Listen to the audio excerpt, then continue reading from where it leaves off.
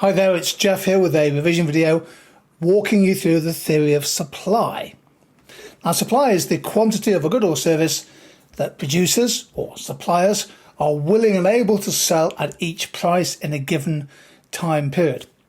And the basic law of supply is that as the price of a product goes up, so too businesses will be looking to expand their production, expand output to the market, because high prices provide a profit incentive for businesses. Now, the supply curve shows a relationship between the market price and how much a firm is willing and, crucially, able to sell. When we think about supply, we often bring in the term the profit motive. So let's spend a moment or two on that. The profit motive describes the driving force behind most private sector businesses. And the standard theory assumes that rational firms choose an output and a price that aims to maximise profit. You'll go into more detail on that in your Year 13 micro. Now, the pursuit of profit, return on capital, serves as a powerful incentive for businesses to innovate, to develop and bring new products to market, as well as improve existing ones. Increase in the market price creates an opportunity for businesses to expand production. There's now more leeway for them to earn a higher profit per unit. So the basic theory of supply, in this case the price of beef, is that the supply curve S1 is upward sloping. As the price goes up, this creates a profit incentive for supply to expand from Q1, quantity Q1 to Q2. Whereas if the market price goes down from P1 to P3, there is clearly less incentive to supply at lower prices. You're not going to make as much money. Now, the supply curve can shift, can change its position. So what does this mean? It means that in this case, there is now more being supplied at the same price. P1, if you go across there, that shift from S1 to S2 means that supply shifted outwards. And that can be caused by factors such as a fall in the price of factor inputs, or perhaps higher productivity, or more suppliers entering the market. We'll talk about market supply in a minute or two. So S1 to S2 is an outward shift of supply, whereas S1 to S3 is an inward shift of supply. Costs will have gone up, meaning that for the same price, P1, firms can't supply as much to the market. Typically, that's caused by an increase in the costs of inputs, or perhaps a tax imposed by the government on producers. Market supply is an important idea. Market supply is the total supply brought to the market by all the producers at each price. So basically, to calculate it, we sum the individual supply schedules as we're going to work through here. So let's say we have three firms in the market, A, B and C. So, for example, when the market price is £10, firm A can supply 30 units, and that goes up as the price increases. Firm B, well, it's not willing or able to sell anything at £10, but they will come into the market at £20.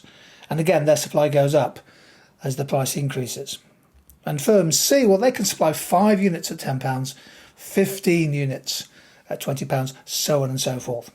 Now, the market supply is simply the sum of that. So at £10, for example, the market will supply 35 units. At £20, if I've done my maths correctly, 70, so on and so forth. So market supply is the horizontal sum of individual firms' supply decisions. Hope that makes sense for you. A key point is that supply is not necessarily the amount that is sold.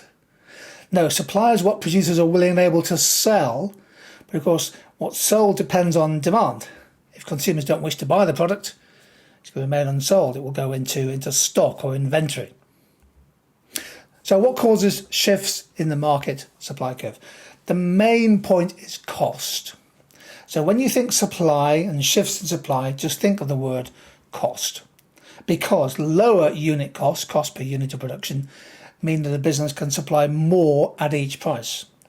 Whereas higher unit costs cause an inward shift of supply, perhaps because wages have gone up relative to productivity, or because the prices of key raw materials, ingredients and components have gone up. A fall in the exchange rate can have an effect on supply, particularly if it causes an increase in the prices of essential imported components and raw materials, like lithium used in batteries or steel used in construction. Whereas advances in production technologies can have an outward shift of supply because businesses have the wherewithal, the technology to increase production, perhaps at lower cost. The entry of new producers into the market, and I'm sure you'll discuss this in your economics classes, is really key. Ordinarily, if you have the net entry of new producers, that causes an outward shift. In farming, favourable weather conditions, so climatic factors, can cause changes in supply. Again, favourable weather conditions increase yields and increase supply. And the government has an impact on supply. Indirect taxes, a tax on producers, cause an inward shift of supply. Subsidies have the reverse effect.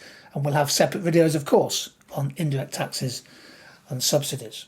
The government might impose regulations on businesses. Now, they usually increase costs, making it more expensive for businesses to supply to the market. The key to understanding market supply, everybody, is to focus on the following factors. First of all, costs of production, from labour to raw materials and energy. Secondly, external shocks, things that can happen outside of the economic system. For example, a big change in the world price of wheat or crude oil or gas. The impact of new emerging technologies. Government taxes and subsidies, as well as the number of and the scale of producers in the market. Think about those 5 factors and you won't go far wrong when you're looking at supply. So when supply shifts out, well, it could be falling prices for energy and component parts. It could be the net entry of new firms into the market. It could be the impact of a widely adopted innovation that lowers supply costs. The government could subsidise producers, provide them with some financial support. Favourable climatic conditions can increase supply for farmers. The impact of existing firms scaling up production can increase long-run supply, as well as the market being opened to trade. So if you open up a market to lower cost imports, effectively supply shifts out. Whereas supply shifts inwards when the cost of raw materials, components and energy goes up, when the government imposes an indirect tax on suppliers, or when the government withdraws a subsidy, which is the opposite of a tax, when climatic conditions are difficult, drought and disease and floods and things, when labour shortages cause higher wages, and when some firms decide to leave the market. And you'll cover that in more detail when you study different types of profit and loss. A relevant concept just worth spending a minute on is joint supply. So joint supply, for example, beef and hide, lamb and wool, wheat and straw, cotton and cotton seed. Joint supply is when an increase or decrease in the supply of one good leads to an increase or decrease in the supply of a byproduct. So it's when production yields 2 or more outputs. If beef production goes up, there should be an increased market supply of beef hides, whereas a contraction in the market supply of lamb will reduce the supply of wool. So be aware of joint supply. There we go. Hopefully a useful little summary of this theory of supply to go along with the previous video on the theory of demand. If you found it useful, consider pressing the like button. Thanks for subscribing and watching the video, and see you all sometime soon.